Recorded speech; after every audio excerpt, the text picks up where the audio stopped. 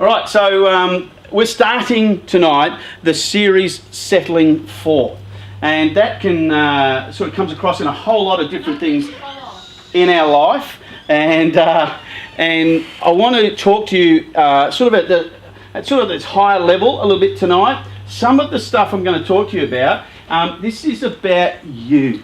Okay, we ran a series a few months ago called Identity Me. How many of you were here for the Identity Me series? Awesome. If you haven't seen that series, get online on our website and have a look at that. That was all about your own identity, where you get your own identity from. And so that's fantastic because some of the stuff we'll touch on will deal with your identity as a person. So this is about you. I want you to think about other people you may know in the midst of this series.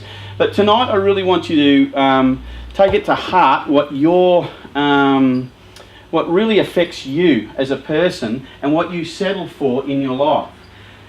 A story. I met with a young fella today and he began to tell me he was a bit distracted in our meeting, and so I pulled him out of the meeting in the second half and sat with him on the couch and sort of had a bit of a chat. What's going on? What's happening with you? And he began to share some things that were happening in his life. And all of these things were like little things that were... All these things were him. That's okay. She's right. She's cool. All these things were like things that were planted around him. You know, like there was issues with his parents, there was issues with his finance, there was issues with school, there was issues with drugs, there was issues, you know, with his anger and depression. All this sort of stuff were all like these little pots that were all around him. You know, and I said to him, well, okay, that's fine. I said, but what about you? What about what's happening with your decision making? Now he's about the same age as I was when I made a decision to kind of exit school and get into the workforce and all that sort of stuff, because I came from an awkward background, you know, alcoholic father, violence, all that sort of stuff. And so I made a decision when I was about 15 3/4, it's okay, about 15 3/4 to just make some directions for my life, you know. So to make a decision for my life, what direction I was going to go in, how I was going to determine my outcomes, regardless of the people that were around me, what was happening with my family, what was happening with my friends, what was happening with my health, whatever it was around me, I wanted to make this decision. But I struck an interesting thing, and some of you may find this too, is there's this word that somebody used with me one time. It's called self-sabotage. Anybody ever said that to you? Self-sabotage. That's where you set yourself up. You think this thing, like I went to buy a car one time and people around me said to me, this car's going to be awesome. And I went, yeah, I know, man, I could see myself in it. Ever done that? You're sort of in the car, or even when you go to buy clothes. You go into a shop and you see these clothes and you kind of think they look good on you, but then you sort of go into this dream mode where you sort of think, oh yeah, so-and-so's going to comment, this is going to attract that guy. Oh, that girl, oh, yeah. So I was going to catch her eye. And, you know, I don't know if you do that. But when you put new stuff on and someone says, oh, is that new? You go, yeah. And you wait, don't you? You wait you hold your breath for a second there thinking, are they going to say it looks good on you? Or that's a bag of rag, man, you know, that's on you right at that point. But it's the same with your perfumes and your aftershave, some of that sort of stuff. But I went to buy this car one time. And all these guys around me were saying, yeah, this is cool, you should buy this, you should buy this. And I was in at the exhibition buildings at this car show and I thought I'm going to buy this car because it looked tight and I could see myself. I was already dreaming of myself, you know, arm out the window, you know, picking up chicks, you know. And as I began to sort of think about that, I thought to myself, oh yeah, what if? And what, can I afford it? And I ended up buying a Mini Moke for $200. Nice. That gave me nothing but problems, right? But I thought that's all I could afford. I thought that's all I was worth. And so I made a decision in my life way back then. When I was 18, I made a decision I was never going to settle for less again in my life. In all aspects of my life, I was never going to settle for again. Now, some of you have heard my story about this year I'm going to be buying a Harley Davidson, blah, blah, blah, because it's my 50th, all that sort of stuff. And so I took my boys down at just before Christmas. Hello, Jen. I took my boys down just before Christmas. Harley Davidson in Dandenong, we're having an open day. Okay. As they have this open day, they had my bike right there, right? The type of bike I'm looking for, which is a Harley Davidson Heritage Classic Softail. That's it. That's the Ants Pants right there with all the trimmings on it. And I thought, this is the bike. And it was a demo model. And as I walked over to the guy, I said, oh, how much for this? He goes, oh, it's reduced because it's a demo model. I thought, oh, this is sweet. Yeah, I could buy this, you know. It had 7,500 Ks on the clock. And as I looked at this bike, I went, it's only 7,500. See what I started to do? It's only 7,500 Ks. And my eldest son, Daniel, stepped up to me and he says, someone else popped the cherry on that bike, Dad. Are you going to settle for less? I went, oh, what do you mean? I could have a Harley today. And he said, you've always wanted a brand new Harley Davidson. You've waited 25 years for it. Why would you settle for second? So I bought the bike. No, I didn't. You know, in your dream. I walked in my dreams, you're right. I walked away from that moment thinking, I have taught my sons never to settle for in their life. And here it was echoing back at me, never settle for less. And I can see times in my life, in friendships, in relationships, in jobs, where I've settled for the position below, the lesser of, the not quite as good as. And one thing I've tried to teach and live is everywhere I go, I want to have the best, even if it's a sandwich. Even if it's a sandwich. We walked into a shop today to get lunch, and as I walked into the shop, I'm scanning. I don't know if you do this, but I scan the sandwich bar to see which is the best sandwich, you know, there. Which one looks good, and then which one appeals to me second. You know, I sort of look at that and I'm thinking, oh, and I said to Becca, so what do you reckon, we have this focaccia thing? And she goes, yeah. I said, well, you know, and before she could say a word, I said, oh, I'm having that one. I didn't say it. I should have been polite. I said, which one do you want? Because I knew she was going to pick it. You know, and I said, I think I'll go with the chicken. She went, okay, yeah, I'll have that. That's what happened. And she was ripped up, you know, because her sandwich was crap. You know, so the fact was, I sat there and enjoyed my entire sandwich and never shared a bit. You know, because the fact is, I'm not a selfish person when it comes to food, look out. But the challenge, you know, the challenge for us is I've always thought to myself, I don't deserve that thing. Whatever that thing is. I can look back on relationships that I've had in my entire life, mates and girlfriends that I've had in my life. I settled for particular. Now I'm not picking on some of the girls I went out with, but I remember clearly sometimes going out with a girl just to pee my parents off. Just because I knew she did. I just thought, you know, she wasn't a nice girl and she abused me, you know, but, you know, she was the kind of person that got a reaction from my parents. So I thought, you know, sort of, up yours, I'm going to do this. Anyway, none of you would have ever done a relationship like that, you know. I remember even at school, when I was at school and the teacher would say to do certain things in class, and I would do the opposite just to get attention, and then end up in remedial class later because I hadn't caught up on anything. And so the challenge for every single one of us in this room is a couple of things. If you have ever said these phrases to yourself, then I want to challenge you, you are settling for less in your life, right? So here's a couple. One, you're not good enough.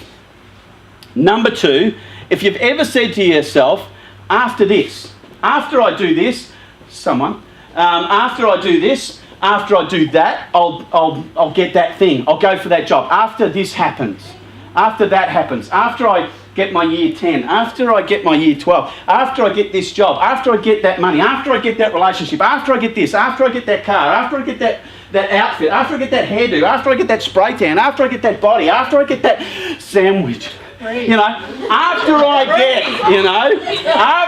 get this, then I'll go for that. I don't know about you, but I'm sick and tired of somehow built into me is this thing that says settle for less. It's just kind of in my brain at times.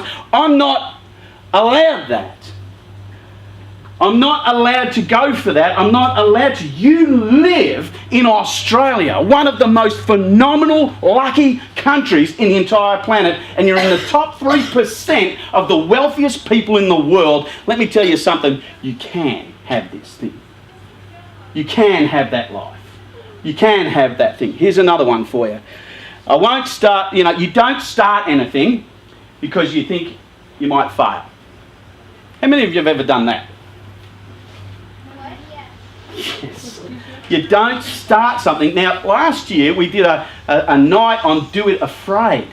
And some of you in the next months following that did things afraid. Beck on the weekend, on Friday, went and did got her full licence, for her motorcycle, and in the process dropped the bike in the middle of the test. And she is bearing the scars of that. Now, she had a moment of fear, anxiety, and adrenaline and failure right at that point. The instructor had the smarts to say, get up, go and take a rest, come back and get on that bike.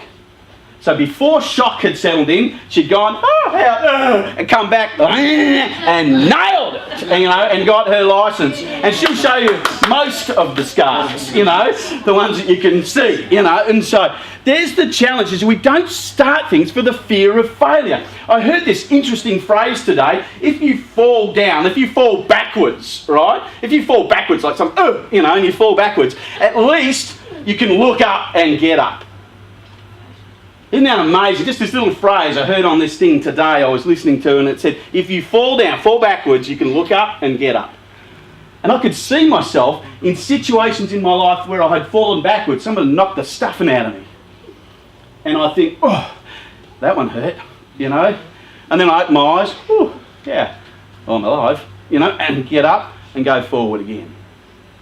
We all get the crap beaten out of us at some time in a relationship, in life. That's just how it is. Some of you are getting the crap beaten out of you at the moment. Not right here.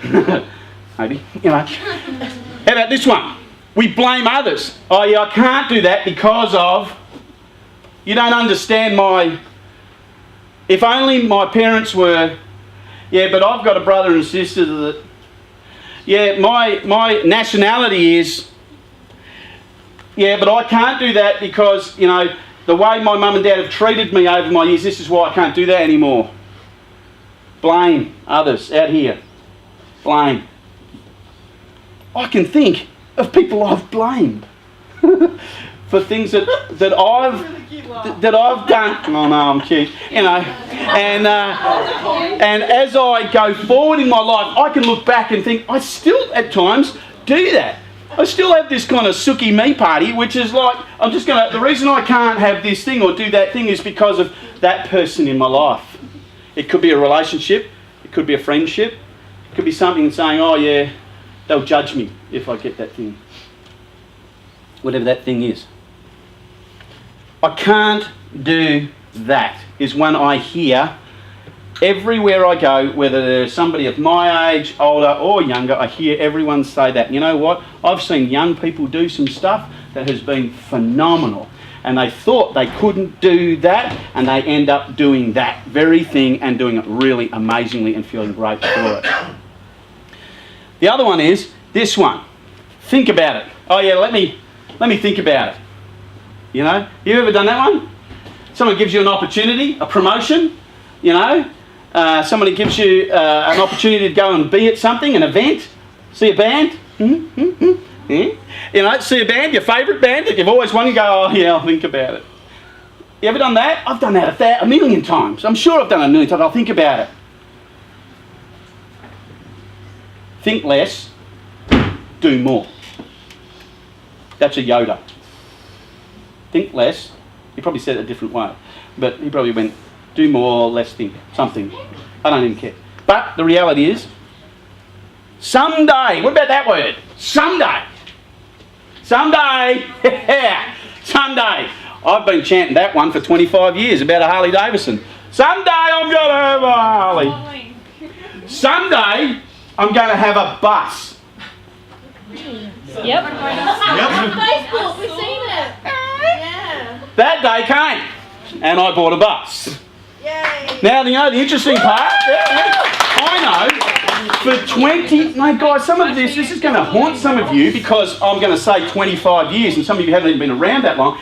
For 25 years, I've had in my soul this desire just to buy a bus and be like, you know, the Partridge Family. You know, like whatever it is, just kind of a fun kind of guy, just travelling around, creating memories with as many friends as I possibly could. What was wrong with that dream? You didn't have the bus. I didn't have the bus, that was sure. It's more than that. I had people around me that said, if you ever get a bus. It's challenging. I remember getting my first tattoo, and I remember my parents saying to me, if you ever get a tattoo, I'm going to take the kitchen knife, I'm going to cut it off your body. I'm going, ew. Well, you know, okay, do that. Then I'm charging you, bitch. You know, like I'm stealing your ass. You know, so that's kind of like, try that and I'll get it tattooed on the other arm. You know, so there's that kind of dumb stuff we say as parents. If you ever come in with that on your body, you know, and so someday I'm going to do that. I'll tell you another story. I'm not young enough. 21, 22 years ago, I was at a wedding. Now, those of you who don't know, my parents were ballroom dancers. Now, this is really personal to me, right? So I'm sharing something from my heart. They were, yes? That's how my parents actually met. Get into it, bro. So the interesting part is my parents were champion ballroom dancers in Scotland. They're about 5 foot nuggety, you know, so they would have looked interesting dancing around the dance floor, those little the hobbits dancing, but you know, the fact is, they were cool, and every time I went to a wedding with mum and dad, you know, they got the move on, they got their groove on, they're doing their thing. I thought, oh yeah, something. So I took up, when I was younger, ballroom dancing. About 21, 22 years ago, I was at a wedding where an incident happened where somebody said to me, some rather hurtful things, and from that point on I never danced again, not one time. Every time I went to a wedding, every time I went somewhere and people would say, come out on the dance floor, there was this frozen, unbelievable, locked in fear and emotion, and a fear of rejection and shame and guilt and all kinds of things rolling through my soul at that point, where I got to a point where I said, I'm never, ever, ever doing this thing again. And yet, this thing just wouldn't die. So, 7 months ago, I made a decision. I started ballroom dancing again. Oh no, it gets better. Last week,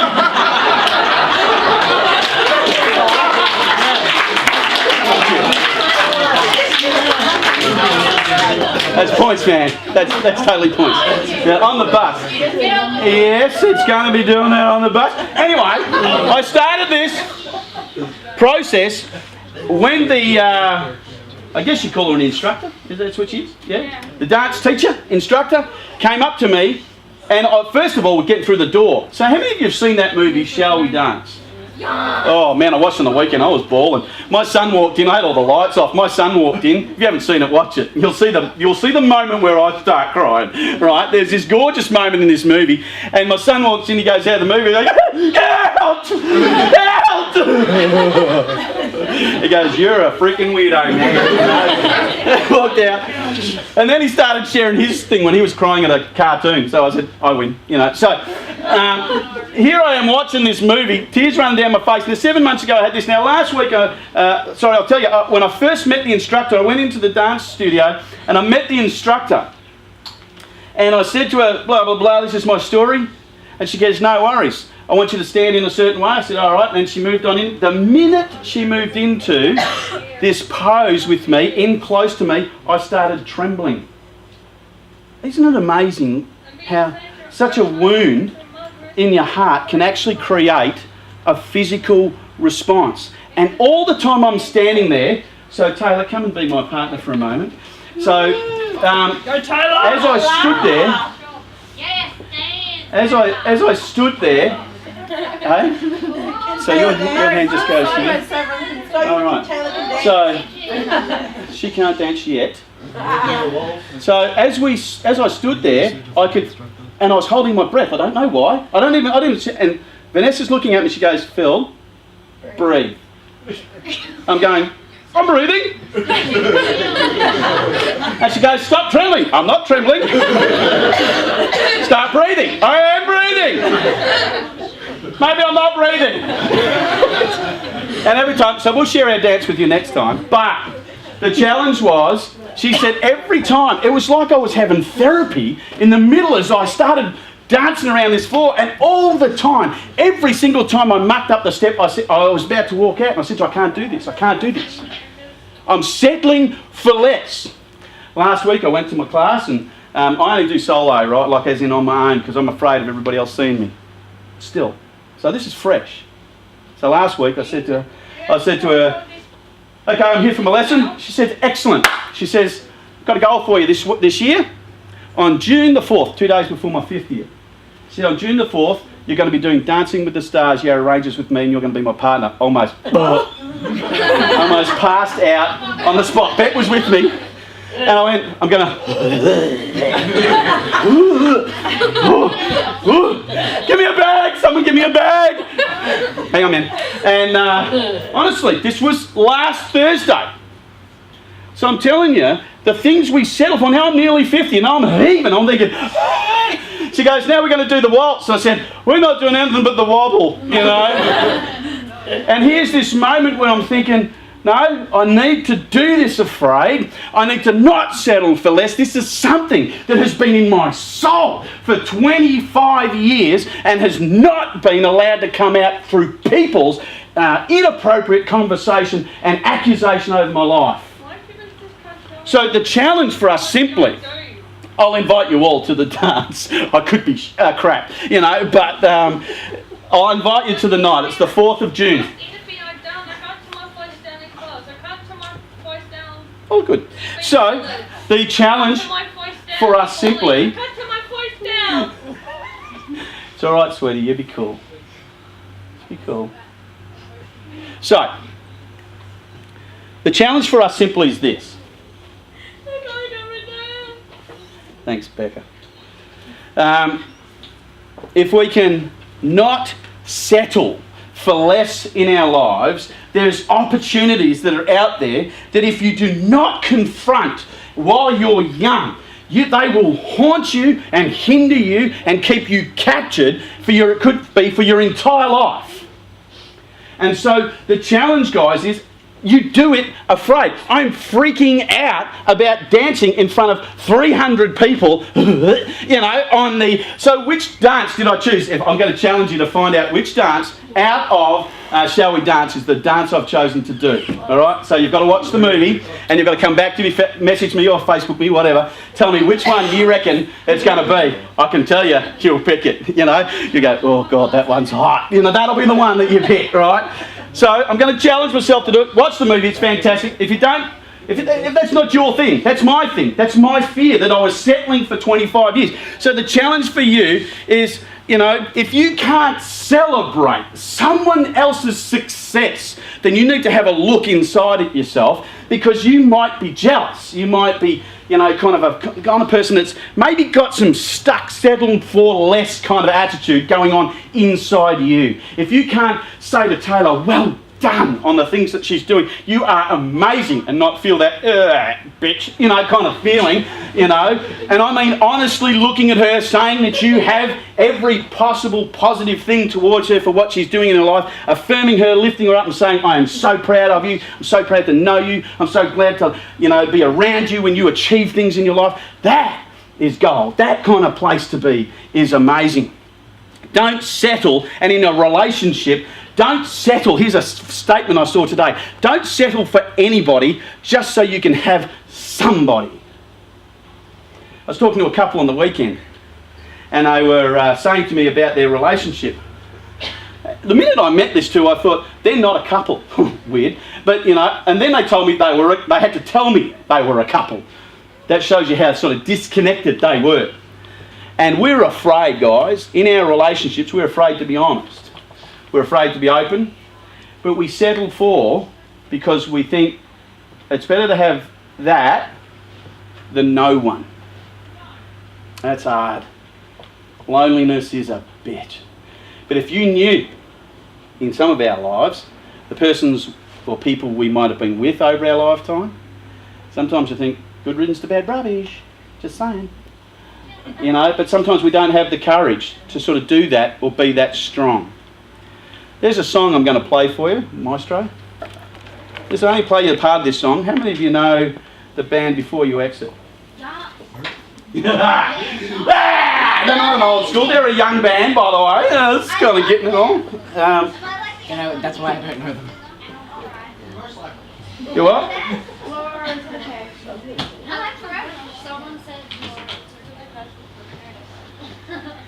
Oops. Yeah. I'm going to play you a part of a song. I want you to listen to the words of this song, right? Then I'm going to show you a video. I'm going to show you a video. Oh, we got good music, good sound. Okay, yeah, right. Let's try and listen. Now I want you to listen to the first. Oops, yes, opening YouTube. Yeah, iPad, Apple. We'll probably get an ad first. Come on, a six-pack? No, you don't have to see it. Who needs a six-pack? No, we'll get rid of the ad. You know, I love that. No, I was looking at my body. You know. Listen.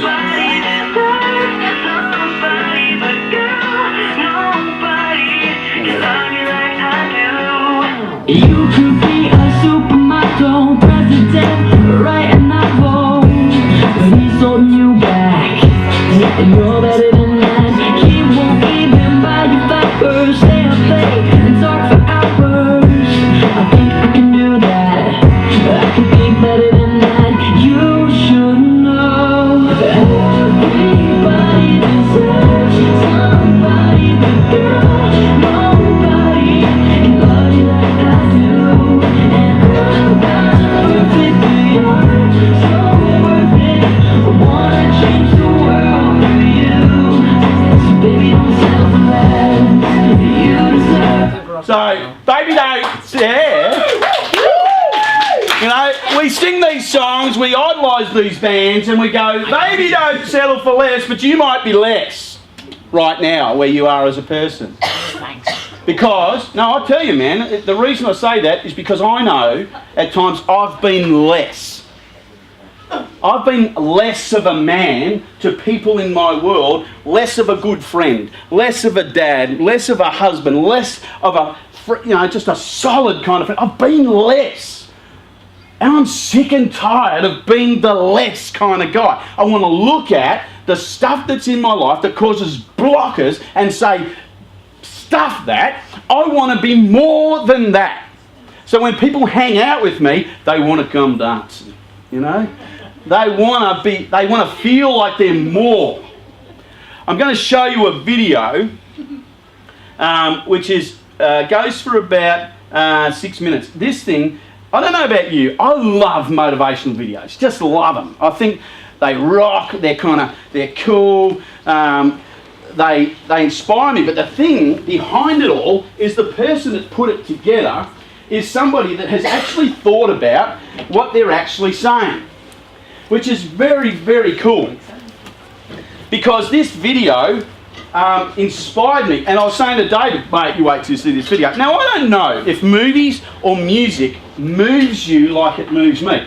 I can be watching a movie like Shall We Dance and trying to hide it. I'm a blubbering mess. I can watch cartoons, you know. Sometimes a song comes on the radio and I go, wind down the window, you know. Oh, yeah, bug, grasshopper, you know, something in my eye, you know. There's something, it's a big damn grasshopper. I don't know why they're hitting you in the eye, you're blind, you know. But, you know, it's that kind of stuff, guys. Where in our life, please, if I can encourage you with anything tonight, don't settle for less in your life. If you know that there is something, an ember of something that is sitting way down in your soul, that is something that is unfulfilled, then I want you to begin to give it permission to say, I'm no longer going to settle for less. I'm no longer going to be trapped like that. Trust me, 22 years later, I'm standing on a dance floor with a little lady that can just literally dance rings around me, you know, and she's saying, I want you to be my partner, and I just want to vomit on the floor at that point, because I think back to all the lost opportunities over 25 years that I could have been more. And it's for nobody else but me. The bus is for myself, my boys, and all of my friends that wanted to come along on my bus. You know, it's a 30-foot cruiser. You know, it's a rocking unit from 1965. It is going to be rad when you see this thing, I tell you. So, I want to show you this clip. Yeah, you can kill it. You can kill all the lights. There will never be a point in your time in your life. Hang on. Whoops. Oh man, it's the blocking of the light is killing the meat. No, it's all right. I need to see if it comes on the screen. There's a colour, it's really cool. Give it a chance to load. So this video, I need you to listen to it. I want you to take it. Why do we go off screen like that? Okay, I don't care. You'll get the gist of it. Listen, the words are actually more important than the imagery. The imagery is to focus you. So right at this point, as we wrap up the night, I want you to think about you. If you can't see, you know, be like Moses, divide the sea. Get around this if you can't see it. I want you to think about you. Right now, for the next 6 minutes and 12 seconds, I just want you to be selfish, just for a moment. And I want you to allow this video to kind of drop into your soul and think to yourself, what is it in my life that I've settled for? What is it in my life? Is it my health? Is it my relationships? Is it money? Is it friends? Is it relationships? Is it jobs? Is it houses? Is it cars? Is it hair? Is it tall, short, fat, thin? Whatever it is, it could be all of those. I think I've touched on all of those myself at times. I want you to think about you just for a moment and start to think, right at the start of this year, I don't want to settle for less anymore. That little phrase, settle for. This week, as you go out into your world and you begin to compromise yourself from the sandwich to the friendship, from the parents to the schoolwork, whatever it is you're doing, if it's the friends you're hanging out with are influencing you negatively, what are you settling for as a person? Trust me, please, can I implore you, beg you, this year to challenge yourself, and during this series, not to settle for less anymore. I am not settling for less in my life anymore. Never. Now, it's not just because I'm 50, but I've realised the absolute liberation that comes within your soul when you actually activate the things that you're meant to be doing with yourself in this life.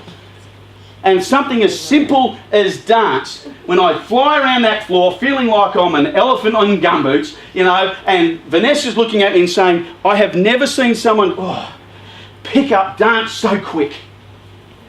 After 25 years, now she could be BSing me, you know, but I don't care, because it's just stroking what is damaged within my soul at this point. I'm not telling you when I do my lessons, by the way. Yeah. I'm going to go myself downstairs with my dog. Go down. Yes. Honey. Your story before about you got scared dancing. I did my first dance tournament and I was absolutely petrified, but my teachers told me to do it solo. Yeah. And I did it perfectly, absolutely perfectly. Nice. I came third. Yay! I can appreciate that. Here we go. Nice and loud, Jace, because the words of this deep, soulful black man just kind of gave me goosebumps. All the hair on my arm was all prickly. Here we go. Did I press play? Yeah, let's try that. There will never be a point in your time in your life where it's the right time to do a great thing. If you wait for that perfect moment, that perfect timing, it's not going to happen. You know what you have to do? You have to create the perfect time and the perfect opportunity and the perfect situation. So a lot of people people become comfortable. They stop growing. They stop wanting anything. They become satisfied.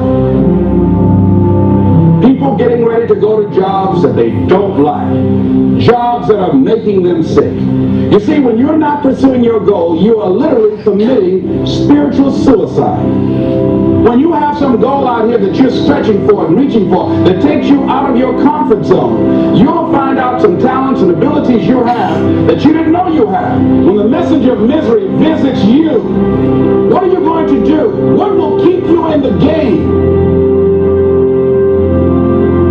There are things that you think you'll never need to know, that you may only need to know one time in your life, but that could save your life because you had that knowledge.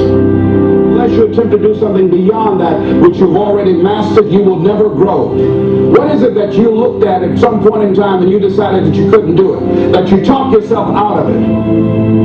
You're waiting on your next door neighbor to make it happen for you. It may not happen. If you're waiting on your mother or your father, they may be so ancient in their thinking that they don't understand this opportunity that you have. And if you're waiting on them, it may never get done. You don't beg average people to be phenomenal. You don't beg good people to be phenomenal. You just are phenomenal and you will attract phenomenal. What reason can you remember that you can call on, that you can reach on, that can make you get back up? Find that reason. If you're not where you are, if you're not where you want to be, if you don't have what you want to have, if you're not where you think you should be in this particular place, it has nothing to do with the system, but it has everything to do with the fact that you're not making the sacrifice. I want you to make that dream become a reality, because if you don't, you will be working for somebody else to make their dreams become a reality. Everybody is against you or don't believe in you no more. Let me tell you something, that's a lonely feeling. It's a lonely feeling, particularly people that you're doing it for. Most people take their greatness, take their ideas to the graveyard with them. Listen to me, if it was easy, everybody would do it. There are people right now who are working who don't want to work. There are people who hate their job, but they keep getting up to do it. The wealthiest place on the planet is the graveyard. Because in the graveyard we will find inventions that we